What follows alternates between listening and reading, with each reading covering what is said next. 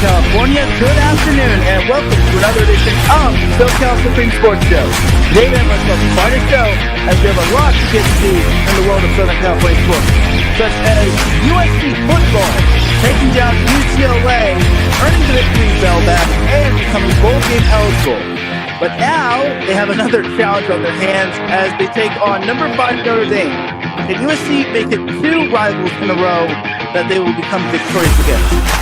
And the Rams unfortunately had themselves a massive clunker game against the Philadelphia Eagles on Sunday Night Football. And the Chargers also had a clunker game, even though it wasn't too bad, but they wound up losing. Both teams look to get back on track to game what must feel like must-win game. Also, the Galaxy have advanced to the MLS Southwestern Conference Finals, but LAFC didn't, as it'll be the Seattle Sounders and the LA Galaxy rumbling against one another. Also, the Lakers have been a little bit up and down, as the most recent loss to the Phoenix Suns, and the Lakers right their ship back on track. All that and more here on the SoCal Supreme Sports Show. This is Teran Rodriguez bringing you another edition of the SoCal Supreme Sports Show here on IE Sports Radio, your refuge for all that is sports.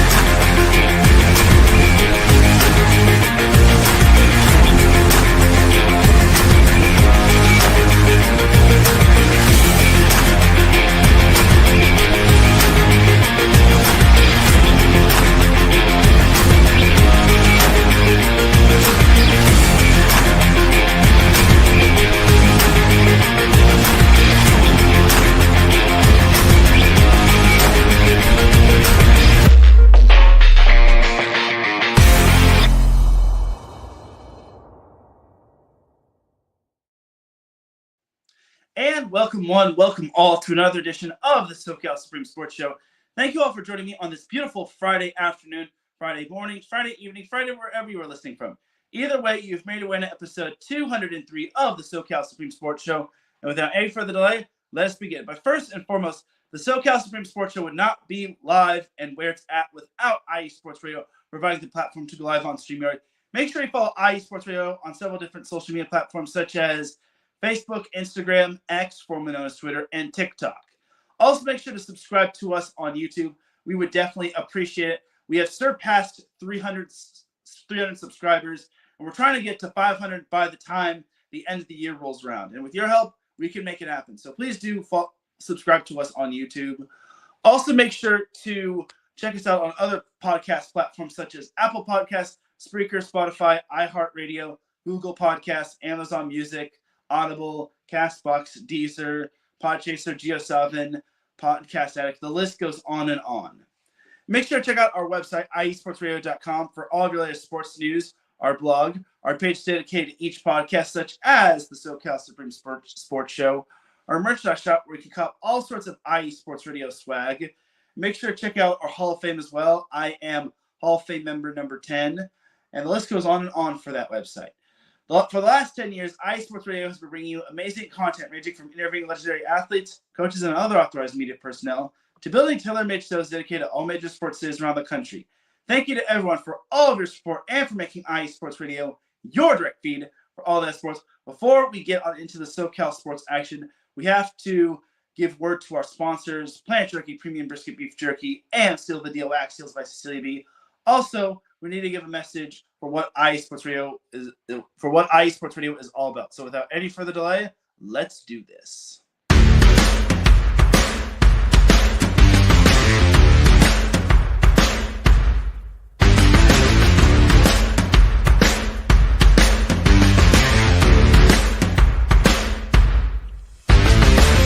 IE Sports Radio fans, this show is brought to you by Planet Jerky Premium Brisket Beef Jerky. Planet Jerky is the official jerky of the 2022 California League champion Lake Elsinore Storm, single-A affiliate of the San Diego Padres. This all-brisket jerky has gluten-free options, contains no MSG, no sodium nitrate, is low in sugar, and high in protein. Go to their website at planetjerky.net and follow them on Instagram at Planet Jerky. Planet Jerky, the jerky that's on a whole other planet.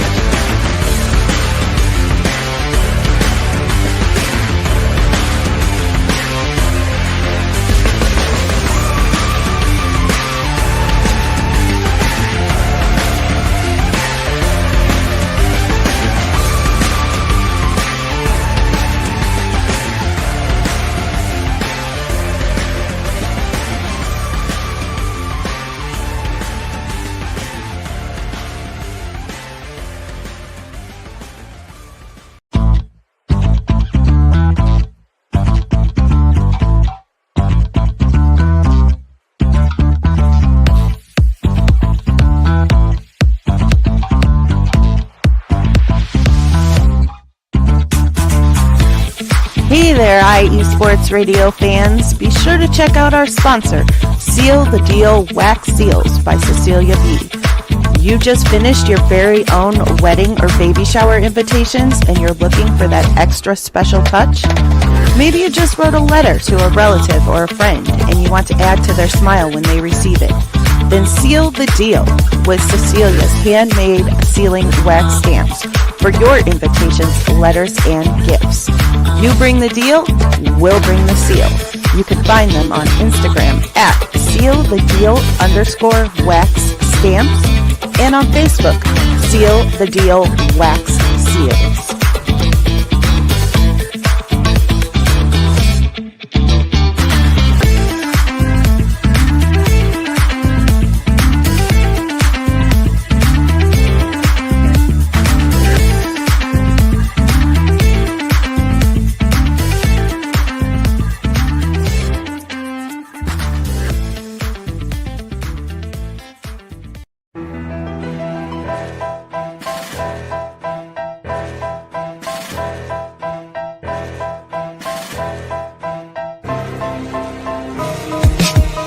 For the last 10 years, IE Sports Radio has been bringing you amazing content ranging from interviewing legendary athletes, coaches, and other authorized media personnel to building tailor-made shows dedicated to all major sports cities around the country.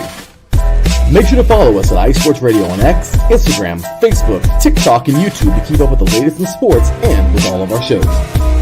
Also, make sure to check out our daily updated website at iesportsradio.com.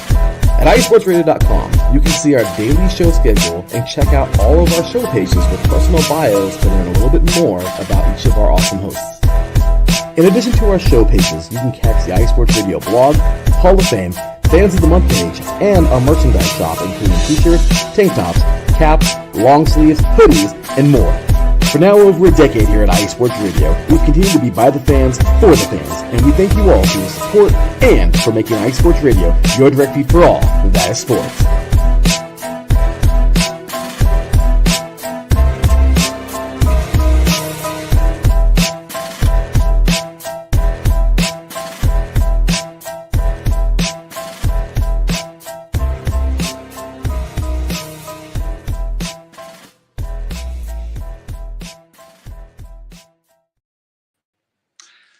And we are back. Definitely check out all of our amazing sponsors. Seal the Deal Wax Seals by Cecilia B. and Planet Jerky Premium Brisket Beef Jerky, as well as check out our website, iesportsradio.com.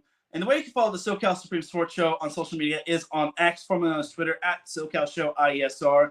And you can follow me, the host, Teran Rodriguez 1, on X, formerly known as Twitter, as well, at Teran Rodriguez 1. All right, without any further delay, let's get on into it. As Patty Bax pops into the chat room, she says, have a great show, Teran. And then Larry B says, let's go, Teran. Well, Larry B, since you're here, we might as well just get this big ol' event that happened over the weekend out of the way. We had USC. Oh, wait. That's not right. We can't be having blue when it comes to talking USC and UCLA. There we go. We got to talk USC, UCLA, as USC finally wound up winning a road game. It only took them the biggest game of the season to do so, as they wound up taking down UCLA 19-14 last Saturday at the Rose Bowl. Man, that was it was a nerve-wracking game, but it was a very weird game. So starting off with this game, it just felt like neither team can gain traction on one another, as USC was obviously struggled in the red zone. Same with UCLA. UCLA offense was just struggling altogether. The struggle bus was real when it came to the Trojans and the Bruins. It was actually 19-14. So let me just change this up real quick because I like being correct and whatnot. So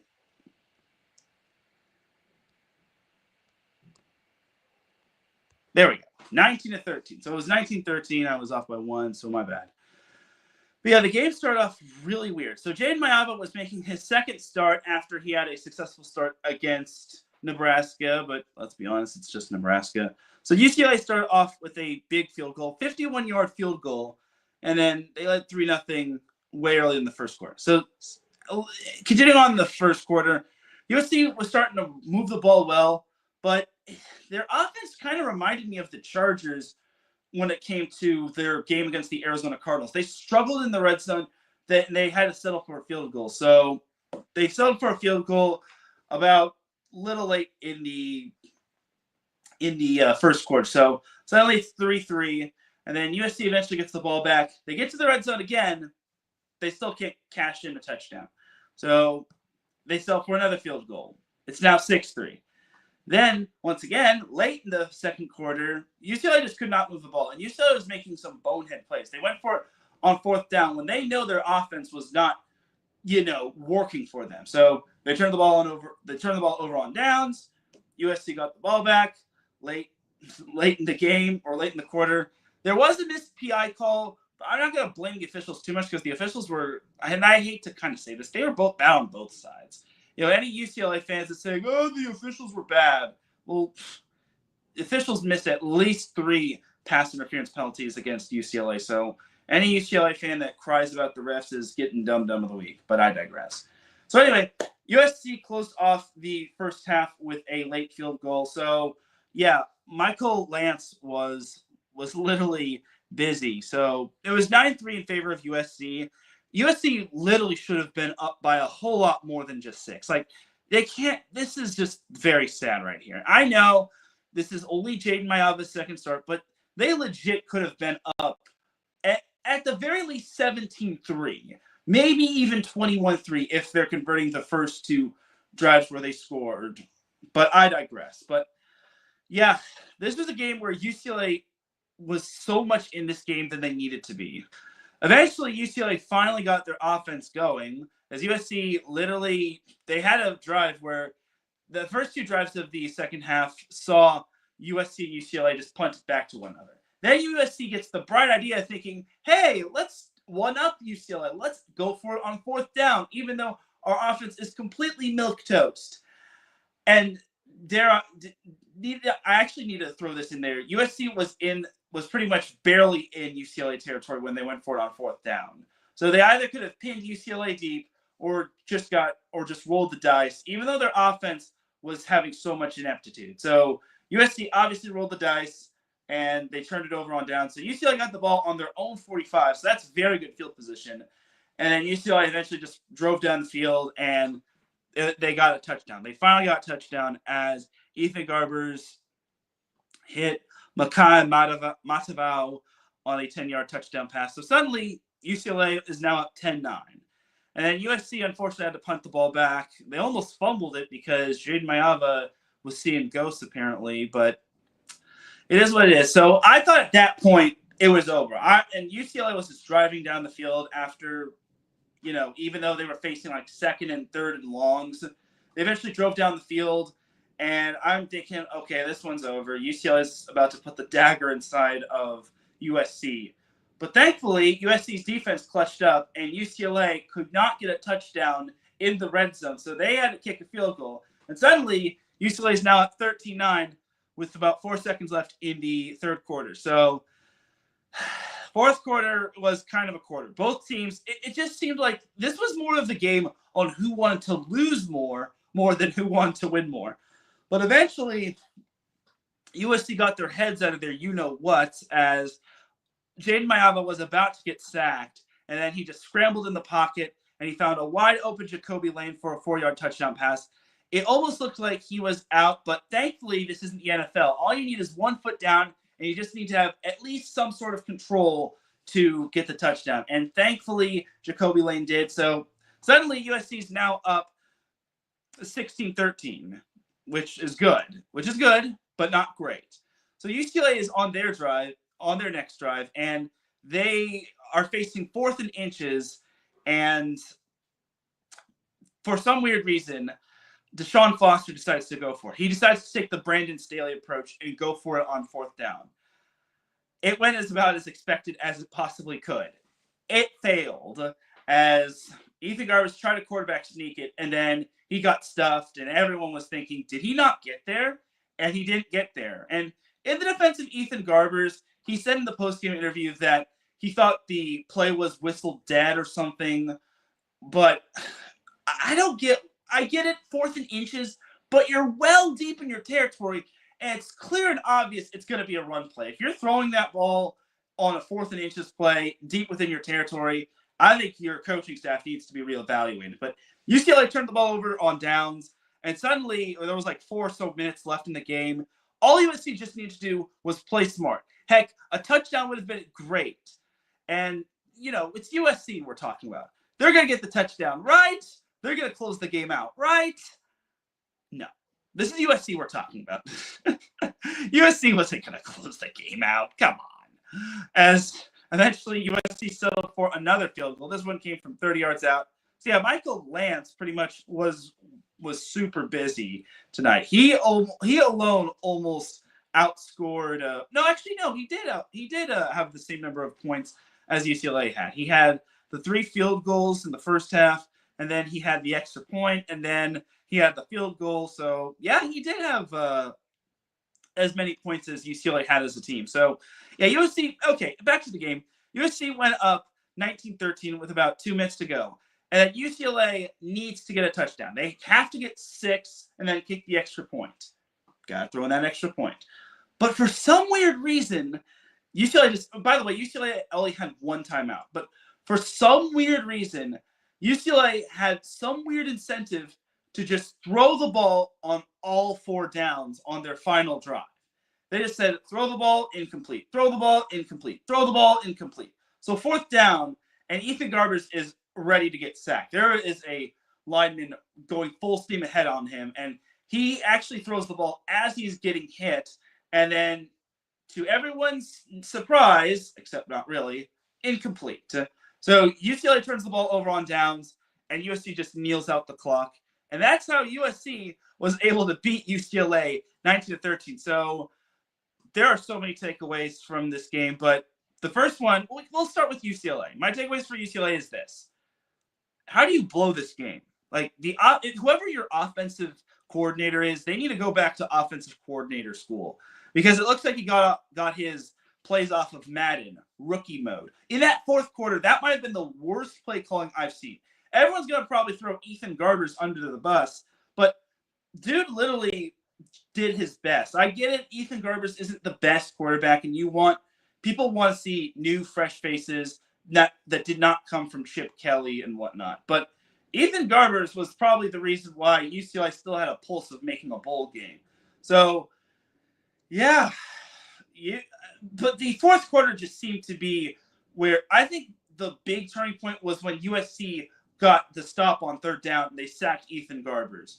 I don't understand how USC was able to basically build off that momentum when they were pretty much getting dominated in that second half. But yeah, I feel UCLA more so lost this one. And that's no knock on them. Obviously, they're a solid team. Obviously, this hasn't been the season that they've wanted. But, dude, that's just disappointing, man. You can't just you're in front of 100,000 eyes. You're fighting for your bowl game life. You're playing your rival.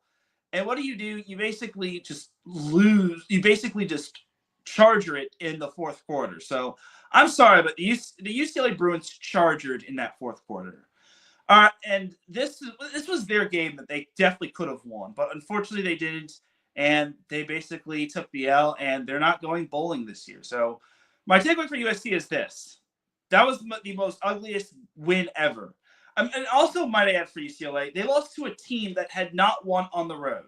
I get it. The Rose Bowl is only about like 15, 20 miles from USC, but still, you lost to a team that had 0 road wins. 0 road wins. And for USC, I will just admit it, I was very worried about the Trojans. I thought they were going to fumble this one away, but thankfully for their sake, they were able to, get the job done. The defense stepped up in that fourth quarter, and that's kind of what truly matters. Like, good teams find a way to be good. Great teams find a way to be great and win games. And USC found a way to be great when it truly mattered. Obviously, it wasn't the prettiest game, but the fourth quarter, they really clutched up. And Jaden Maiava, I'll give him this. He's not the guy going forward, but he's 2-0 as a starter. Now, people are probably going to say, well, Miller Moss wouldn't have done that. Well, if Miller Moss needs a good and better offensive line, like, come on. And USC deserves a lot of credit for this win, though. Circling back to USC deserving so much credit. They deserve so much credit on this win just because they were battling the flu all week. Flu outbreak on their campus. Pretty much the entire USC team was basically trying to get well before Saturday. And the fact that they were able to do so was a complete miracle. Like, it was so bad that there was only one player at the rally for USC, I think 2 days before the game, and that was Jaden Maiava. So I guess we can call this the USC flu game. But back to UCLA, that's embarrassing if you're losing to a team that had 0 road wins and that had a flu outbreak and was nowhere near 100%. So, yeah, USC might have to do a little bit more reevaluating with their team. And one of my friends who's a UCLA guy, he said that UCLA needs Deshaun Foster's guys and not Chip Kelly's guys. They just need the correct guys on the field. That's all. Anyway, now that we're over that game, USC is back in action tomorrow when they host number 5 Notre Dame. So USC is right out of the frying pan with one rival and into the fire with another rival as they face Notre Dame, which, I mean, Notre Dame the thing about Notre Dame is they're kind of the Dallas Cowboys of college football. They look good on paper. Everyone hypes them up to being a contender, and then they lose to an opponent that they should have beaten, or they just lose when it truly matters. But for USC, this is going to be one tough game. And I kind of chirped back with some Notre Dame fans. Well, one was wondering, one questioned what I said, let's get ready for Notre Dame. And then another Notre Dame actually kind of came to my defense and said, yeah, he said let's prepare because failing to prepare is preparing to fail. But yeah, he saw the USC-UCLA game, and he thinks that this one's going to be a tough day for Jaden Maiava. And honestly, unless Jaden Maiava has the best game of his career, I don't see USC winning. They're probably going to have a USC-UCLA hangover. And I get it, they're going to be at home, but Notre Dame has been a machine this season.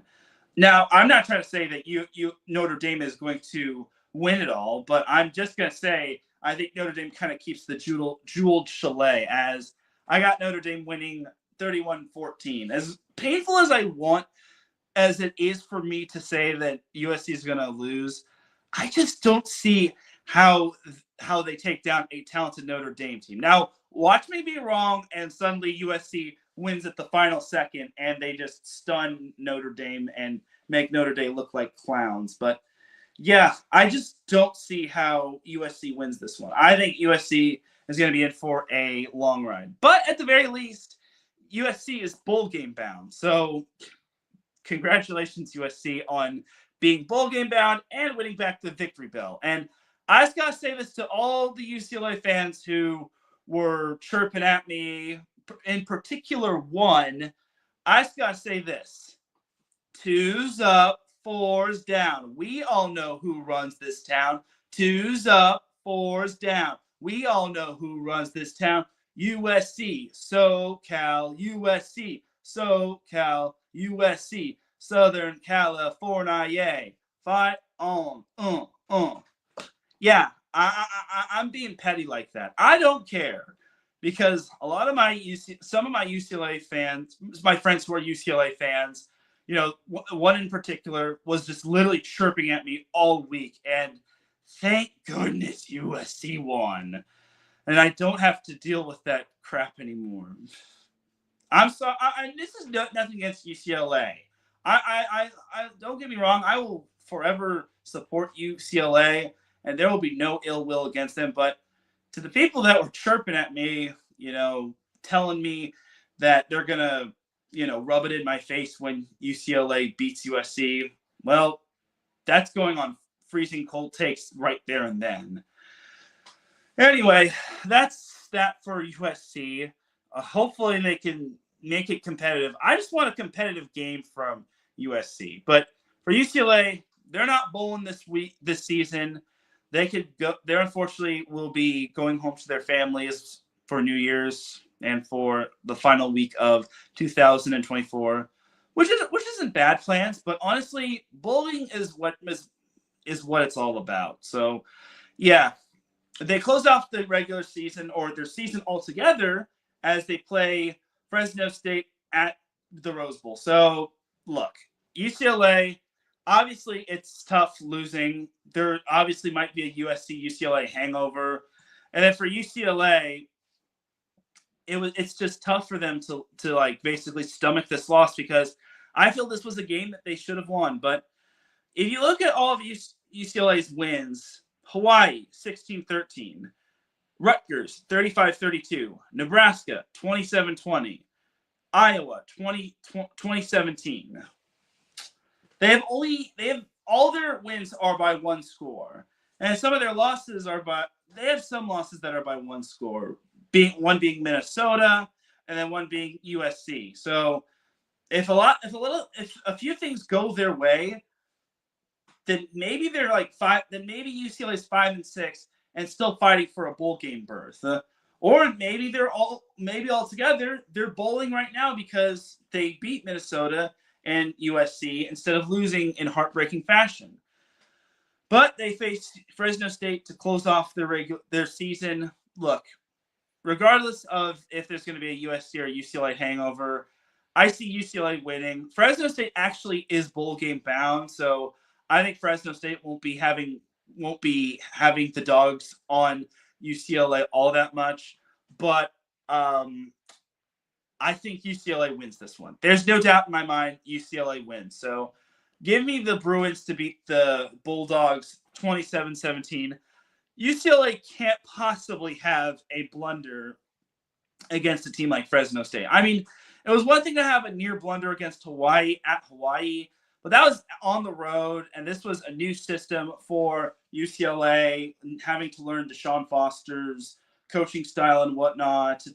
And then they lost quite a bit to graduation, but I think they end off the season with a win, and then they just need to prepare for next season. Like, they'll be fine under Deshaun Foster. I just feel that they're just going to need the correct players to do so. And again, whether Ethan Garbers is the guy going forward is going to be the big question. I think Garbers can be the guy going forward. I mean, I say that just because I covered him back in his high school football days, but I also say that because he definitely is a reliable quarterback. He just needs a big-time running back for a good run game, and he just needs some good receivers and maybe some more offensive linemen and maybe a better defense, because in their losses, UCLA gave up 42 points to Indiana, 34 points to LSU, 34 points to Oregon, 27 points to Penn State, which isn't too bad, actually. 21 points to Minnesota, not too bad. 32 points to Rutgers. 20 points to Nebraska, that's not too bad. 17 points to Iowa, that's not too bad. 31 points to Washington. And then USC, they gave up 19 points, which is their second lowest total of the season. Or I'm sorry, their third lowest total of the season, ahead of Iowa and Hawaii. So, yeah, I think but for UCLA, they win this one. I really don't think they lose this. If they find a way to lose, then reevaluate the coaching staff, reevaluate all the players, and hope that 2025 is a whole lot better. All right, but that is going to do it for some college football to start off with. You know what? We're going to take ourselves a quick commercial break. When we come back, we've got some Chargers and Rams to discuss. Then we've got a little bit of some MLS to discuss, and then some Lakers, and then we'll close it off with the Dum Dum of the Week. Keep it locked here. You are listening to the SoCal Supreme Sports Show here on IE Sports Radio, your direct feed for all that sports. We'll be right back after this.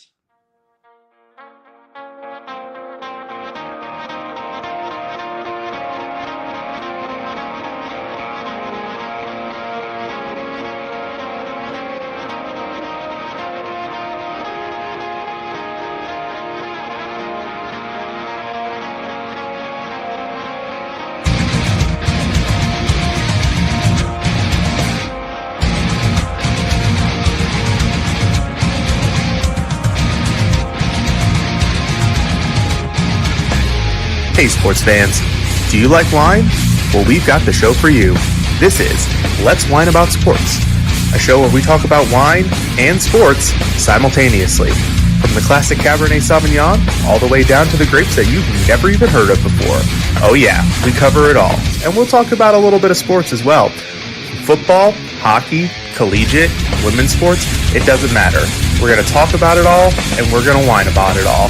So join me Monday at 8 p.m. on IU Sports Radio, your direct feed for all that is sports.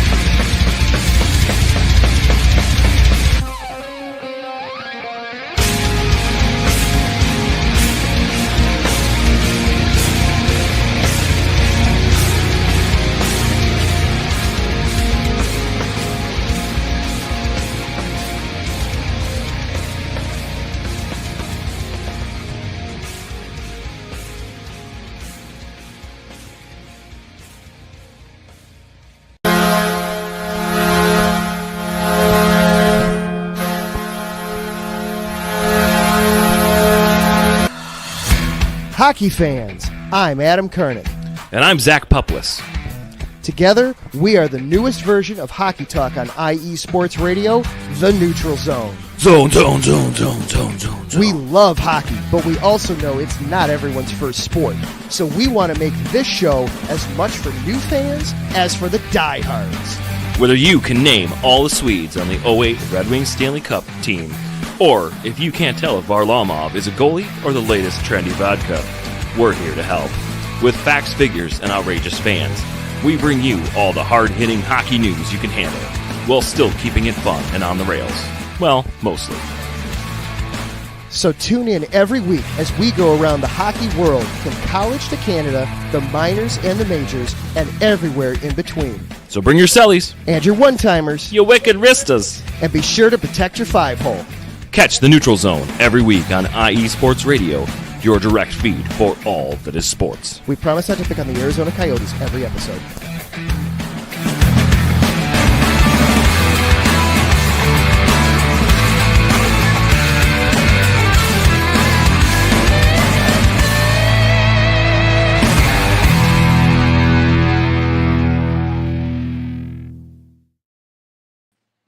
Back with segment number 2 of the SoCal Supreme Sports Show here on IE Sports Radio, your direct feed for all that sports. Definitely check out all of our amazing shows, such as Let's Whine About DMV Sports and the Neutral Zone.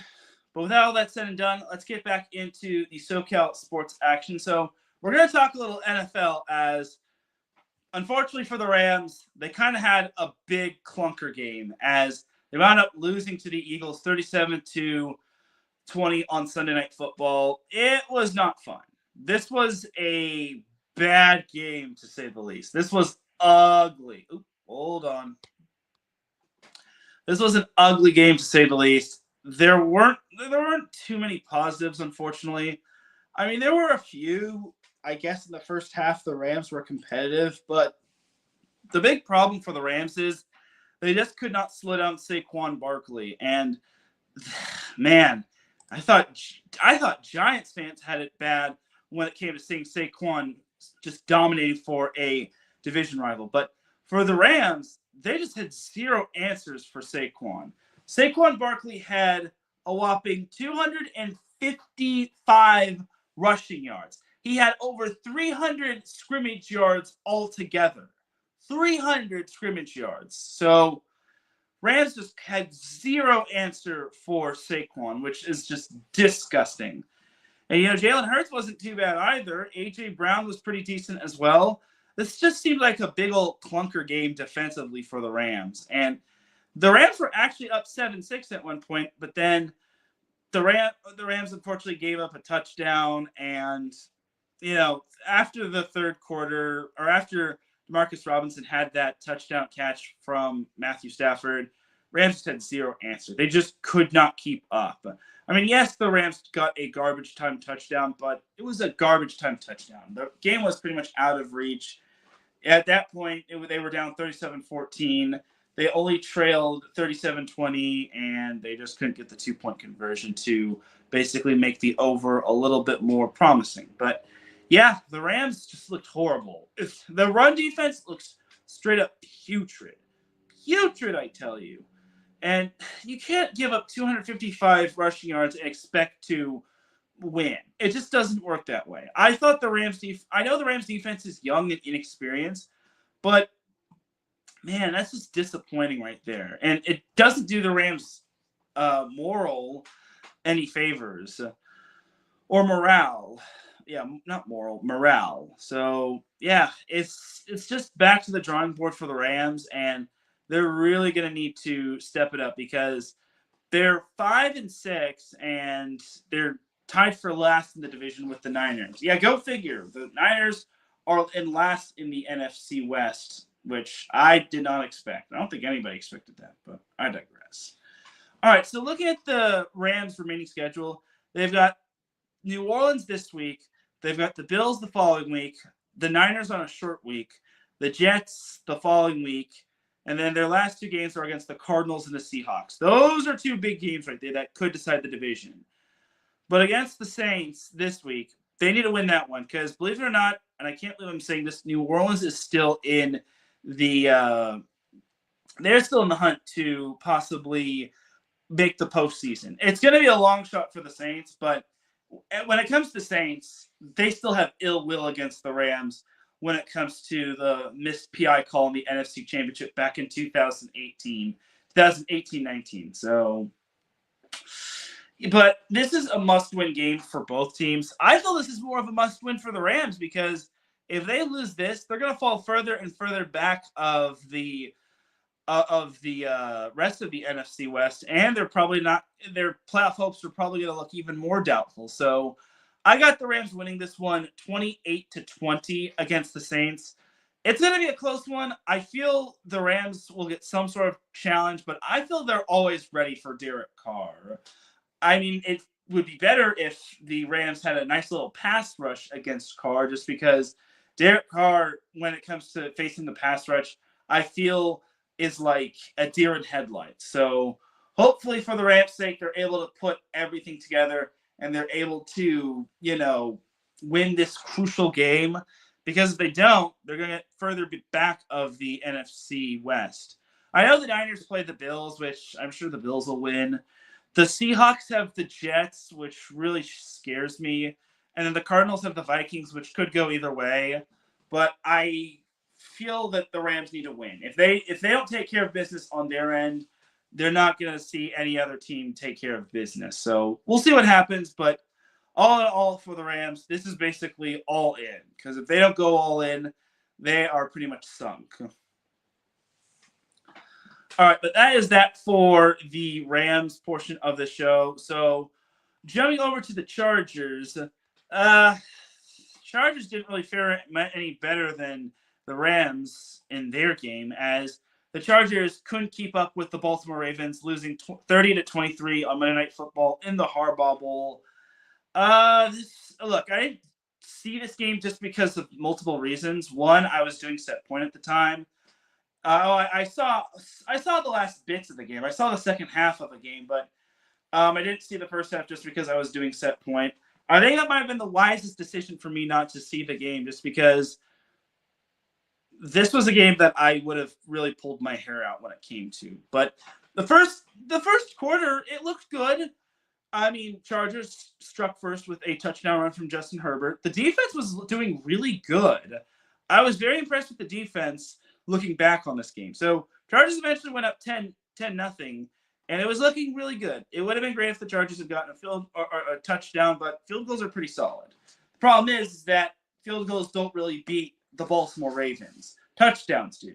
Lamar Jackson eventually kind of found his mojo as he had a 10-yard touchdown run, which saw him stop, drop, and pop the defender out of place and go into the end zone. And he had an amazing 40-yard touchdown pass to Rashad Bateman. Thankfully for the Chargers, they worked the clock well. They marched down the field and got Cameron Dicker into field goal range right as the second quarter expired. So what was looking like the Chargers were doing very good. They were once up 10-0. They only led, or they were down 14-13 at halftime, but that's pretty manageable. So Chargers can take that any day, right? No. So third quarter, it was a quiet third quarter as Justin Tucker kicked a 45-yard field goal.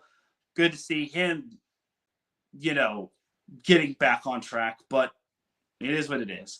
And then Cameron Dicker responded with a field goal. That would have been – it's great that Cameron Dicker is making long field goals. However, it would have been so much better to see the Chargers get touchdowns. Again, you got to beat the Ravens with touchdowns. And if your defense isn't doing anything and everything in its power to stop the opposing team's offense, you got to win in a shootout. Unfortunately for the Chargers, that was pretty much when the Ravens really started kicking in overdrive. Lamar Jackson threw a touchdown pass to Mark Andrews, and then after that, on the next drive, the Ravens had a 51-yard touchdown run from Justice Hill. So yeah, the Chargers' run game was non-existent because in the second quarter, J.K. Dobbins got hurt, and then they just couldn't. And with J.K. Dobbins out, they had negative rushing yards in the second half, which I don't know how you're going to win a game with negative rushing yards. It just doesn't work that way. And I know the Chargers got a 1-yard touchdown run from Gus Edwards, but honestly, the Chargers this wasn't their game. They were kind of due for a clunker game. This isn't really like the biggest clunker game. They only lost by 7, but I feel they lost by a whole lot more. I feel they were just bullied because Derrick Henry had 140 rushing yards. Obviously, Justice Hill had that touchdown run. Lamar Jackson had himself a nice little game right there. Looking at the rushing yards from the Ravens, they had 212 rushing yards, while the Chargers had 83. Not good. Not good. Not good at all. So, yeah, unfortunately for the Chargers, this just wasn't their game. They did all they could to keep up, but sadly, I just feel that the Ravens still had that extra gear. Now, this was a big game for both teams. The Ravens needed this game because they needed to still be in the hunt for the AFC North. Well, the Chargers pretty much needed this win just to stay within striking distance of the Chiefs, even though I don't think the Chargers are catching the Chiefs, or to at least strengthen their chances of getting a wild card spot. But again, I feel the Chargers were kind of due for a clunker game in terms of their defense.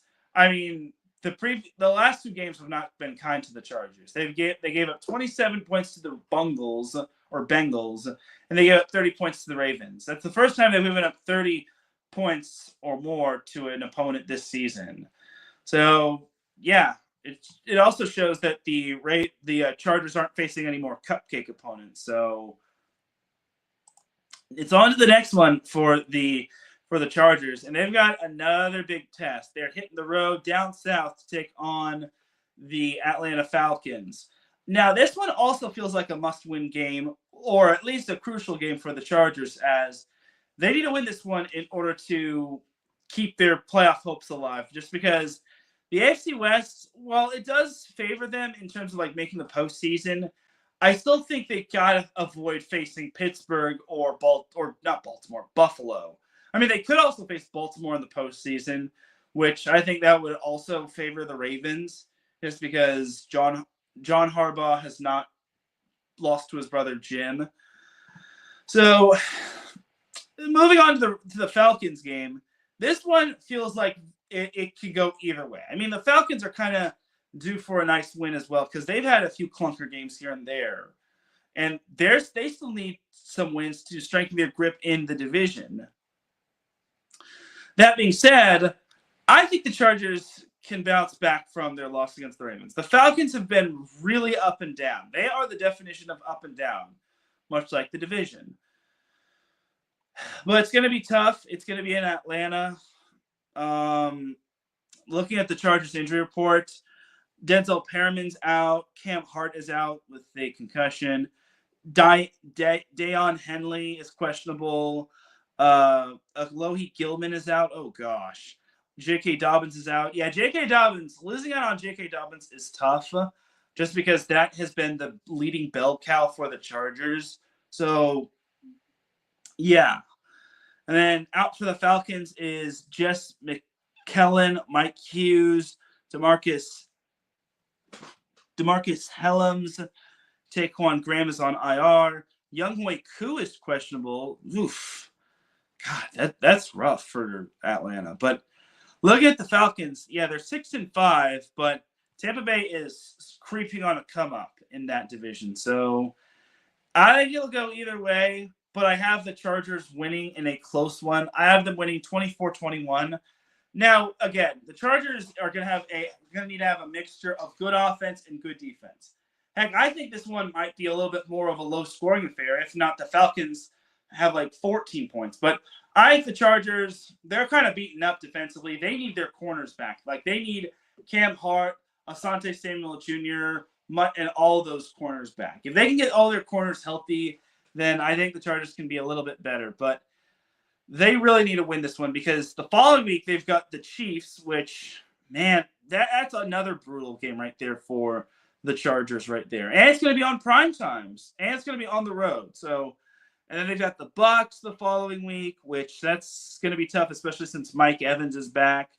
And in the most plot twist thing I've seen, the Chargers will be facing the Denver Broncos on Thursday night. I did not think it was possible to flex Thursday night football games, but yeah, the Chargers and the Broncos game is going to be so much more bigger on that Thursday night game. That's going to be on December 19th, which, man, the stakes just really got high. The initial Thursday night game was the Cleveland Browns and the Cincinnati Bengals, but by that time rolls around, I think those two teams will be eliminated from playoff contention, whereas the Chargers and Broncos, there's not too much separating them. And honestly, both those teams are fighting for playoff spots, which I think is big. But I got the Chargers beating the Falcons 24-21. I think that's like as great of a score as it'll get. But if any of you disagree with that, just let me know. But I got the Chargers winning. They need to win this game by any means. I really don't want to see the Chargers losing 2 in a row going into Kansas City. Because if they lose 2 in a row going into KC, they're gonna get they're gonna get the doors blown off. Blech. That's a tongue twister. But looking at the playoffs, if the playoffs started today for both the Rams and the Chargers would be the 6th seed, and they'd play the Steelers. Oh God, they'd face that team. And then if for the Rams case, they would be out of the playoffs. No question about it. But yeah, looking at the Chargers' potential playoff opponents, they really got to get that 5 seed. I know what y'all are thinking. The last time the Chargers were the 5 seed in the postseason, they wound up getting dismissed by the Jacksonville Jaguars in that quote-unquote garbage-like game. But yeah, I think the Chargers match up better against the Texans than they do against the Steelers, Bills, or Ravens. And the Ravens can still win their division, but they can only do so if the Chargers play their cards right. But looking at it, I think 6 or 7 is going to be where the Chargers end up in terms of the postseason. The Colts do have a very manageable schedule, and by golly, that is going to be one. If there's any team that the AFC needs to watch out for, it's the Colts. If the Colts play their cards right, because they do have, again, a very manageable schedule, they can not only win out, but they could also win their division. Yikes. Who would have thunk it? But for right now, the Chargers just need to take care of business. Like, if they take care of business against the Falcons, the Bucks, and the Broncos, they'd be looking at a very good shot at making the playoffs, because their last 2 games are road games. They're on the road against New England in Week 17 and on the road against Raiders in Week 18. And yes, I had to do the Chris Berman voice. Speaking of the Raiders, they're actually playing right now on Black Friday, but I digress. But yeah, that's pretty much the Chargers in a nutshell right there. They really got to come up big this week. And the Falcons are indeed an improved team. Obviously, Drake London is phenomenal. Bijan Robinson, that's going to be another big-time running back that the Chargers need to slow down. They got to slow down Bijan Robinson. But as long as they get to Kirk Cousins, I think that the Chargers can really put a lot of pressure on him. And if they put the Falcons behind the chains, I think they'll be in good shape. So we'll see what happens. But for right now, I'm looking forward to seeing what the Chargers and Falcons have in store for us this week, or in store for me this week. So it's going to be fun. It used to be like a while ago that both of these teams were both choker teams, and both these teams had nowhere to go except down. But now they're kind of on the up and up. The Falcons have a good shot at winning the division. The Chargers have a good shot at winning a wild card spot, unless they somehow collapse, which I don't see happening, hopefully.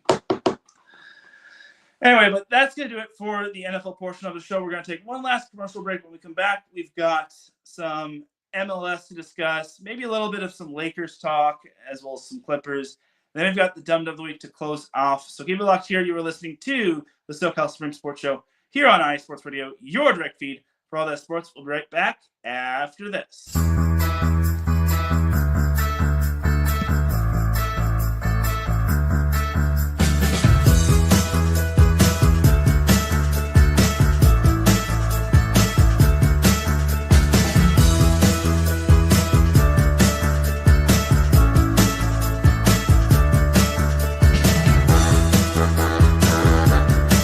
What's up, New York? This is Ricky K coming at you at the NY State of Sports, a new show here on IE Sports Radio, your direct feed for all that is sports. Listen to me every Thursday afternoon as we bring you the latest takes on the Yankees, Mets, Jets, Giants, Knicks, Nets, Rangers, Devils, and Islanders. Plus, you get some college hoops and what's the local sports events going on in the area. It's a state that never sleeps, so why not get the opinions and sports takes that never sleep? Again, every Thursday, 2 p.m. to the NY State of Sports. We'll see you then.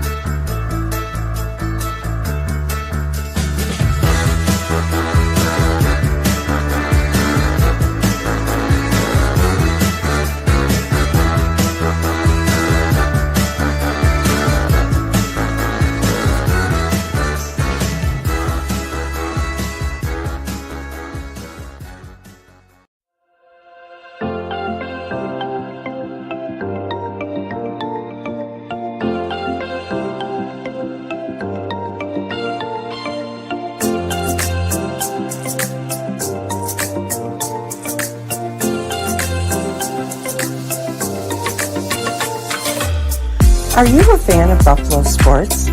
Are you thinking of changing loyalties and becoming a Buffalo sports fan? Do you even know where Buffalo is on the map? Did you know Canada is closer to Buffalo than New York City? Welcome to the Buffalo Huddle, every Tuesday night at 7 p.m. Eastern Standard Time and 4 p.m. Pacific Coast Time on IE Sports Radio, your direct feed for all that is sports. I'm your host, Patty Bax. This is a podcast designed for you, the passionate sports fan.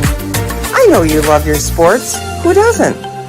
I cover Buffalo sports and so much more by bringing in the human elements.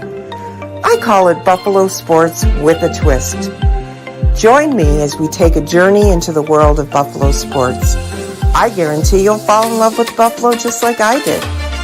Each week we start with an inspiration, question of the day, a Buffalo fun fact, and our weekly challenge to you, the listener. Come huddle up with me.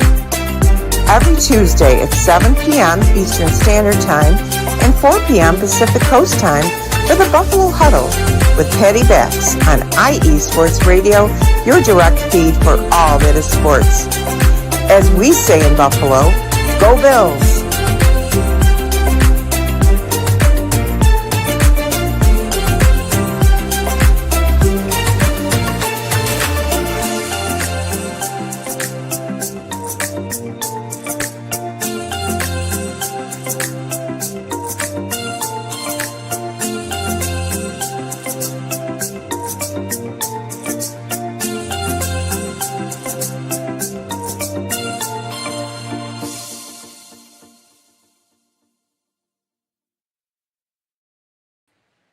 And we are back with the final segment of the SoCal Supreme Sports Show here on IE Sports Radio, your direct feed for all that sports. Definitely check out our New York sports shows, such as the Buffalo Huddle with Patty Bax, because nobody circles the wagons better than the Buffalo Bills. Also check out New York State of Sports with Rookie Keeler. So with that, all that said and done, let's get on back on into the sports action. So, yeah, I actually wanted to talk about this a little bit sooner. So I actually want to talk. Well, let's get on into some college hoops. I actually didn't plan on talking about some college hoops, but UCLA did something very special.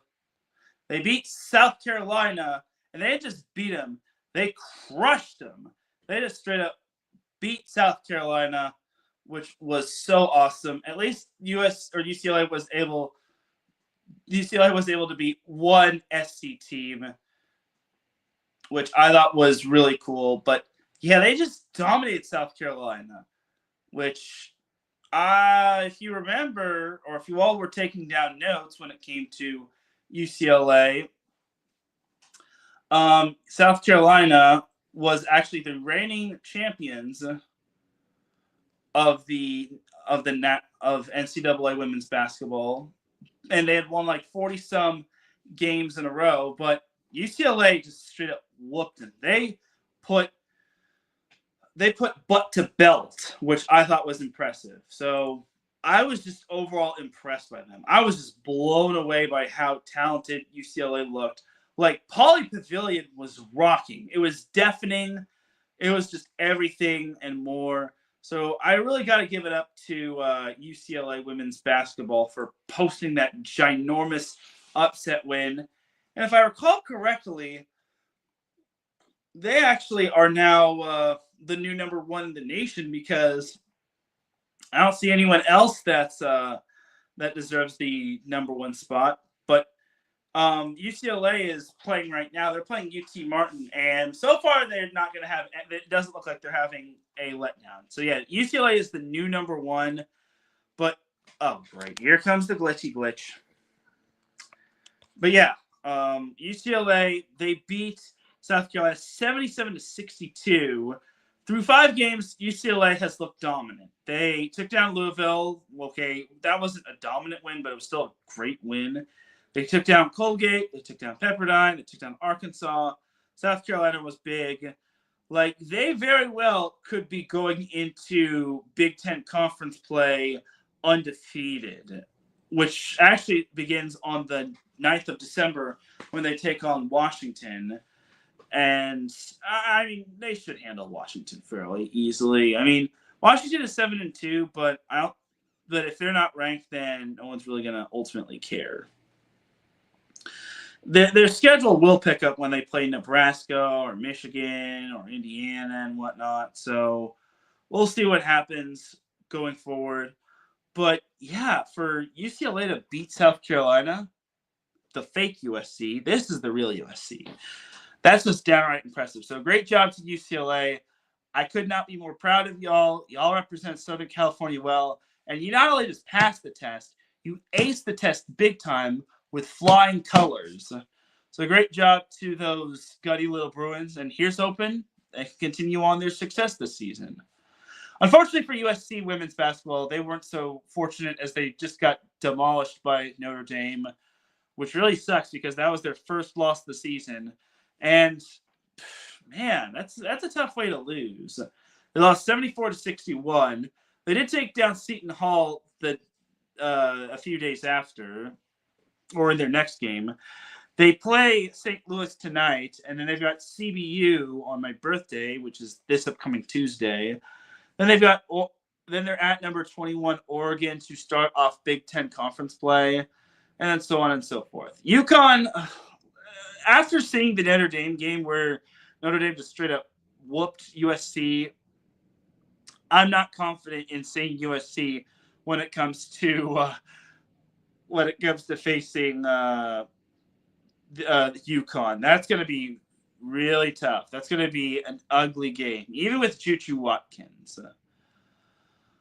But it is what it is, and that's pretty much that for the quick little college basketball talk. Once NFL is pretty much over and done with, as well as college football, there will be more talk of college basketball. Like, that was such a great win by UCLA, though. But I just wanted to make note of UCLA, and I didn't want to forget about it. Anyway, so let's talk some MLS. So LAFC, the top seed LAFC, got bounced in the first round, or not first round. They got bounced in the Western Conference semifinals, or the quarterfinals altogether.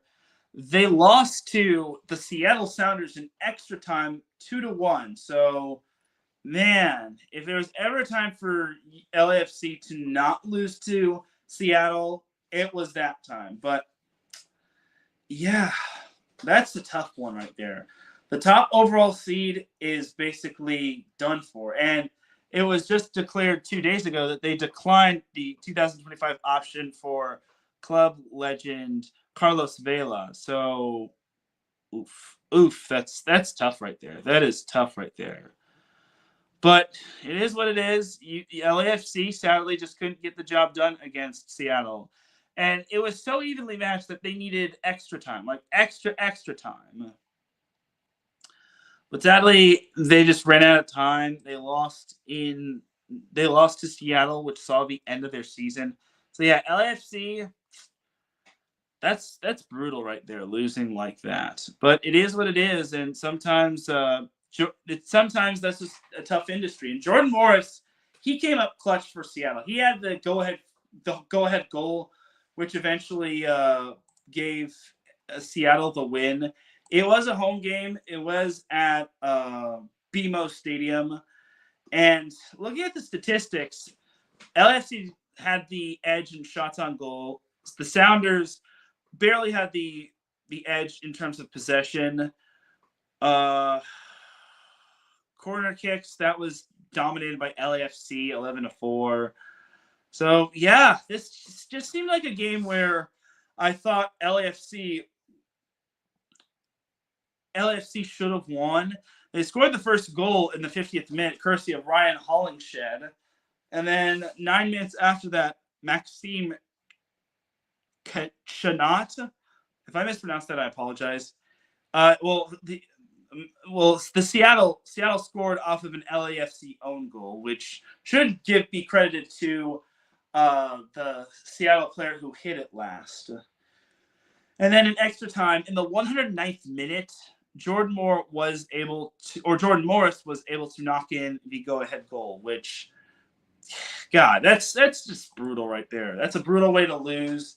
It kind of feels like that LFC kind of got a little bit of payback after they beat the Philadelphia Union a couple seasons ago in the MLS Cup Championship in extra time, where they actually fell behind in extra time, and then they got the game-tying goal in extra time, and then eventually wound up winning in penalty kicks.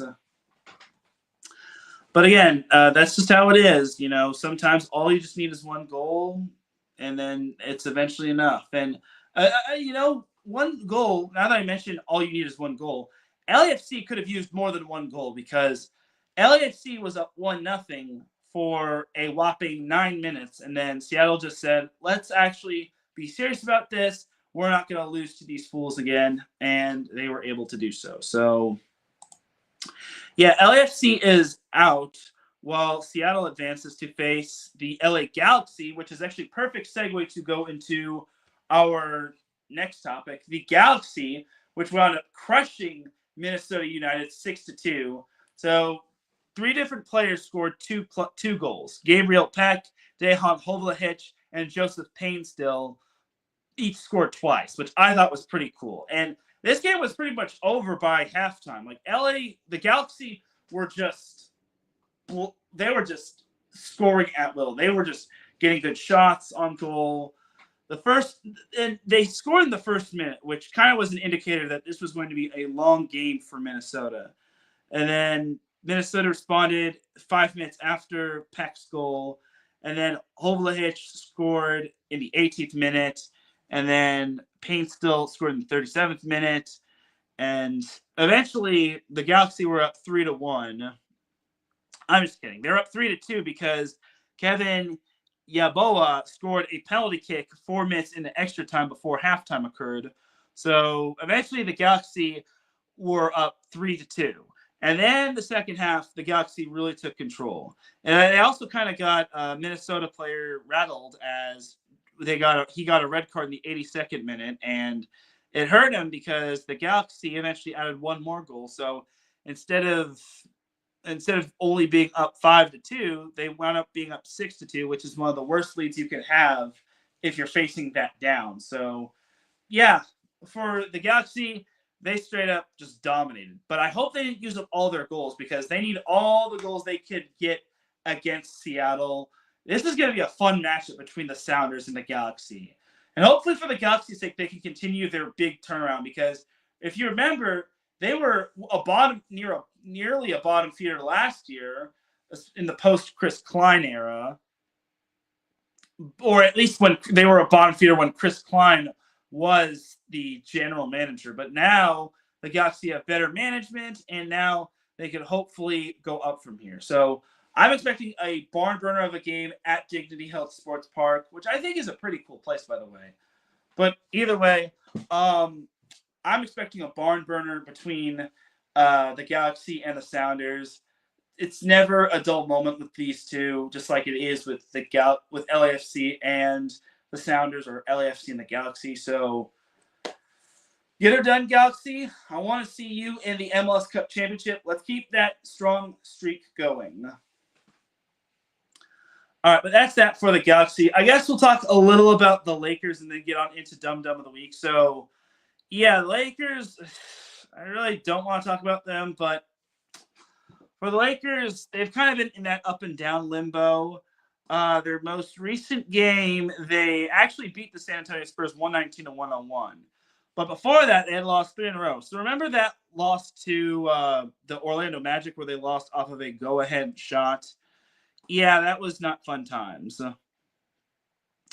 They eventually lost to the Denver Nuggets last Saturday, which they actually were doing good in the first half, and then they suddenly took their foot off the gas in the second half, and that's disappointing just because the Nuggets always seem to have the Lakers number, which very, very frustrates me. And then their most recent game was actually an NBA Cup game, other than the Spurs game. Their most recent game being the NBA Cup game in group play. They actually lost to the Phoenix Suns 127-100, which actually marked the first time the Lakers lost a NBA Cup group play game or an NBA Cup game altogether. So, but let's be honest, this was actually the return of Kevin Durant. So, yeah, it doesn't help when when that guy comes back. And Bradley Beal also had himself a nice little game right there. He returned from injury as well. So the Lakers unfortunately caught the Suns at a worse time because the Suns were getting a lot of reinforcements back. So it's tough tamale for the Lakers, but it's still very early in the season. We're only in November. We shouldn't be panicking about the Lakers until like maybe February, March, or April.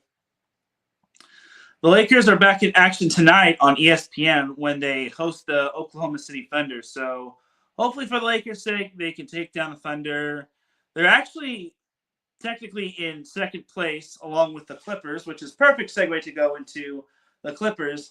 The Clippers have actually looked pretty good. So their most recent game, they took down the Washington Lizards. Yes, I went there. 121-96. Now, that actually came a few days after the Celtics literally put belt to butt when it came to the Clippers. They saw the return of Kristaps Porzingis. Celtics showed no mercy against the Clippers, beating them 126-94. And then that would actually snapped a 5-game winning streak because the Clippers had beaten the Sixers, Kings, Magic, Warriors, and Jazz before that. So it's good to see the Clippers are starting to get back on track, and they're actually not too far back of the Golden State Warriors, as well as the Lakers. I mean, the Lakers and Clippers are both neck and neck in terms of that Pacific Division standing, but I digress. Anyway, so the Clippers are back in action tonight when they're still on their little road trip. This is their fourth straight road game as they play the Minnesota Timberwolves, who've kind of been underwhelming to say the least. They kind of haven't been playing up to snuff, but yeah, they've got Minnesota, and then they return to action on Sunday when they host the Denver Nuggets. So Clippers will finally be back in their Intuit Dome when they take on the Denver Nuggets, and they won't have to worry about traveling, which is great stuff. All right, but that's that for the Clippers portion of the show. Before we get on out of here, we got to award the Dum Dum of the Week. So no one is safe from this Dum Dum of the Week. Anyone can get it.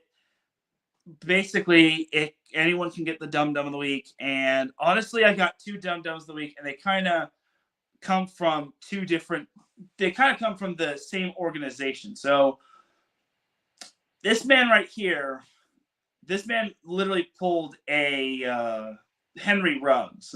DeMarcus Robinson, I think it was on Tuesday night, if not Monday night, he was cited for DUI or speeding, and he went like 93 miles per hour or something along that range. Either way, DeMarcus Robinson of the Los Angeles Rams, shame on you. His status is now in question when it comes to facing the New Orleans Saints. And that's the last thing that the Rams need. If I were Sean McVay, I would sit DeMarcus Robinson and make him think about what he did. Have Cooper Kupp and Puka Nacua literally have to carry the team. And maybe get some other players involved like Jordan Whittingham and whatnot. So, but yeah, DeMarcus Robinson, you can't be doing that. That's unacceptable. And you're Dum Dum of the Week, number 1. Learn from this. Don't be an idiot. And just literally order an Uber, order a taxi, order Lyft, order Amazon Deliver. Just don't freaking get behind the wheel under the influence. It's that simple.